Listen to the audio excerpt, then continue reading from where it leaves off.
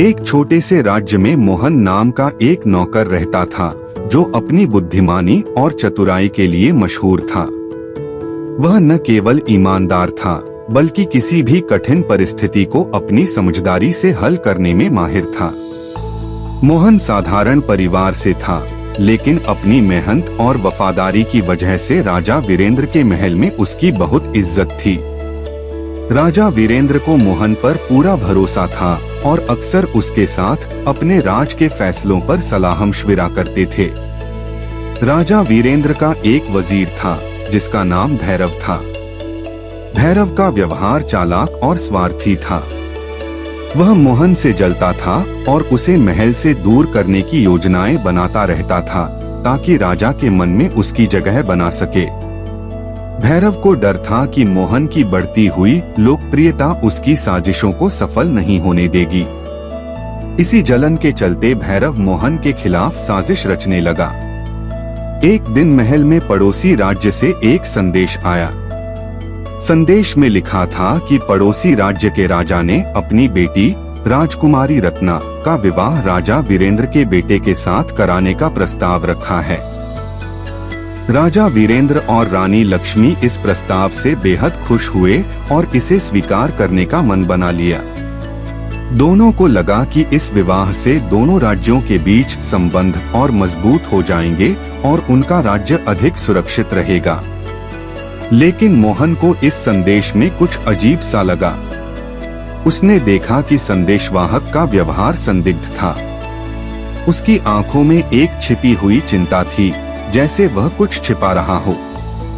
मोहन की पैनी नजरों ने यह महसूस कर लिया कि इस प्रस्ताव के पीछे कुछ गहरी साजिश छुपी हुई है। उसने राजा से इस बारे में चर्चा करने की अनुमति मांगी। राजा ने मोहन की बुद्धिमानी पर भरोसा करते हुए उसे जांच करने की अनुमति दी। महल में गुप्त रूप से जांच करने के बाद मोहन ने पाया कि यह विवाह प्रस्ताव असल में एक षड्यंत्र था।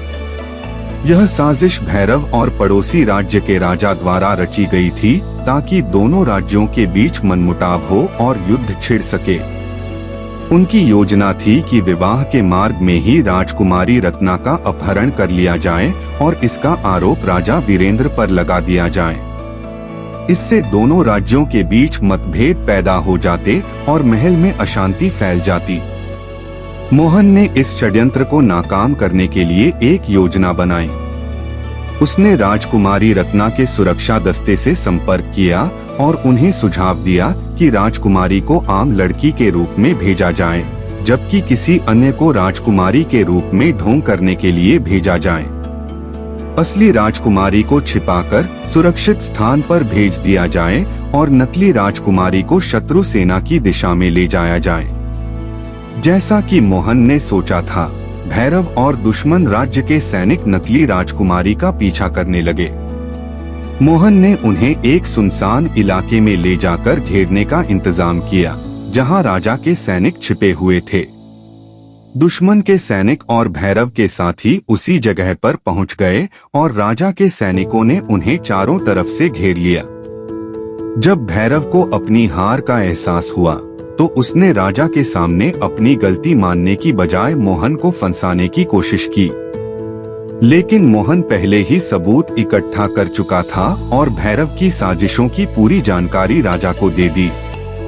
राजा वीरेंद्र ने भैरव को तुरंत गिरफ्तार करने का आदेश दिया और उसे राज्य से निष्कासित कर दिया गया। राजा वीरेंद्र ने मोहन की बुद्धिमानी और वफादारी की सराहना की। मोहन को इस बहादुरी के लिए इनाम मिला और उसकी महल में प्रतिष्ठा और बढ़ गई। राजकुमारी रत्ना को महफूज रखा गया और विवाह का आयोजन धूमधाम से संपन्न हुआ। दोनों राज्यों के बीच स्थायी मित्रता और शांति का वातावरण स्थापित हुआ।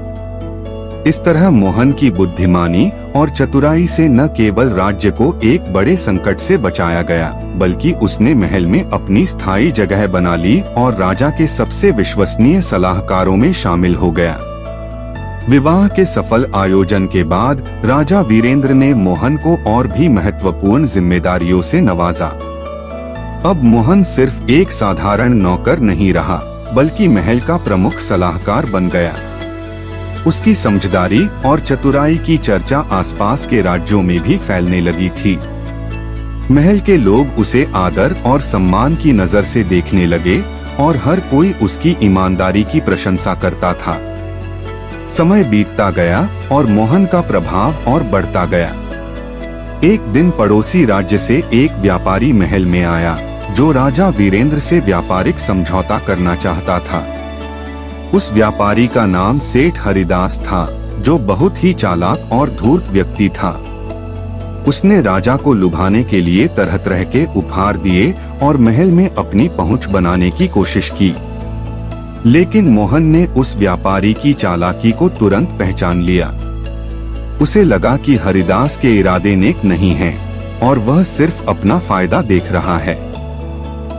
मोहन ने राजा को चेतावनी दी कि हरिदास पर पूरी तरह से भरोसा करना सही नहीं होगा, क्योंकि उसकी बातें कुछ संदिग्ध लग रही थीं। राजा ने मोहन की बात मानते हुए हरिदास के व्यापार प्रस्ताव को मंजूरी देने से पहले उससे कई सवाल पूछे। मोहन ने व्यापारी सेठ के कुछ दस्तावेज भी जांचे और पाया कि उसने अपने व्यापार में कई झूठे तथ्यों का सहारा लिया है। इसके बाद राजा वीरेंद्र ने हरिदास को अपने राज्य से जाने का आदेश दे दिया और इस तरह मोहन ने फिर एक बार राज्य को धोखे से बचा लिया। कुछ महीने बाद राज्य में सूखा पड़ गया और फसलें बर्बाद हो गईं। इस कठिन समय में मोहन ने एक नई योजना बनाई ताकि राज्य में किसी को भूखा न रहना पड़े। उसने राजा से सलाह की कि राज्य के खजाने का एक हिस्सा गरीबों के लिए भोजन जुटाने में खर्च किया जाए। राजा ने मोहन की बात मानी और राज्य भर में अनाज वितरण की व्यवस्था करवाई। मोहन खुद अनाज वितरण में शामिल हुआ और यह सुनिश्चित किया कि हर जरूरतमंद व्यक्ति तक अनाज पहुंच सके। इस कदम से मोहन की लोकप्रियता और भी बढ़ गई और लोग उसे मसीहा मानने लगे। फिर एक दिन राज्य के कुछ दुश्मनों ने मोहन को रास्ते से हटाने की योजना बनाई। उन्हें लगा कि अगर मोहन को हटा दिया जाए तो राज्य को कमजोर किया जा सकता है और राजा को आसानी से हराया जा सकता है। उन्होंने मोहन को अपने रास्ते से हटाने के लिए एक विषैला पेय भेजा जो उसे धीरे धीरे कमजोर कर देता। मोहन ने उस पेय को पीते ही उसकी गंध से समझ लिया कि इसमें कुछ गड़बड़ है। उसने अपने शरीर को उस विष से बचाने के उपाय ढूंढे और इस बात की जानकारी राजा को दी। राजा ने तुरंत इस मामले की गहराई से जांच करवाई और पाया कि राज्य के कुछ बाहरी दुश्मन मोहन को मारने की योजना बना रहे थे। राजा ने अपने सैनिकों को सतर्क कर दिया और उन सभी षड्यंत्रकारियों को पकड़वा लिया। मोहन की समझदारी और सतर्कता ने एक बार फिर राज्य को एक बड़े संकट से बचा लिया। इस घटना के बाद राजा वीरेंद्र ने मोहन को और भी ऊंचा पद देने का फैसला किया और उसे राज्य का सुरक्षा सलाहकार बना दिया। मोहन अब राज्य के हर छोटे बड़े मसले में अपनी राय देने लगा। उसकी योजनाएं इतनी चतुराई से बनाई जाती थीं कि दुश्मन चाहे जितनी भी कोशिश कर लें, राज्य को किसी तरह की हानि नहीं पहुंचा पाते थे। महल में हर किसी को यह भरोसा हो गया कि जब तक मोहन है, राज्य पूरी तरह सुरक्षित है। समय के साथ साथ मोहन का प्रभाव पूरे राज्य में फैलता गया। अब उसे केवल एक बुद्धिमान नौकर के रूप में नहीं, बल्कि एक महानायक के रूप में देखा जाने लगा। उसकी कहानियां राज्य के हर कोने में सुनी जाने लगीं और बच्चे बूढ़े सभी उसके किस्सों को याद करते। राजा वीरेंद्र ने मोहन को सम्मानित किया और उसकी बुद्धिमानी और वफादारी की प्रशंसा की। इस तरह मोहन की समझदारी, वफादारी और राज्य के प्रति उसकी निष्ठा ने उसे एक साधारण नौकर से महानायक बना दिया, जिसे पूरे राज्य के लोग अपने दिल से सम्मान देते थे। अंततः मोहन की समझदारी, वफादारी और राज्य के प्रति समर्पण ने उसे एक साधारण नौकर से महल का सबसे प्रमुख सलाहकार बना दिया।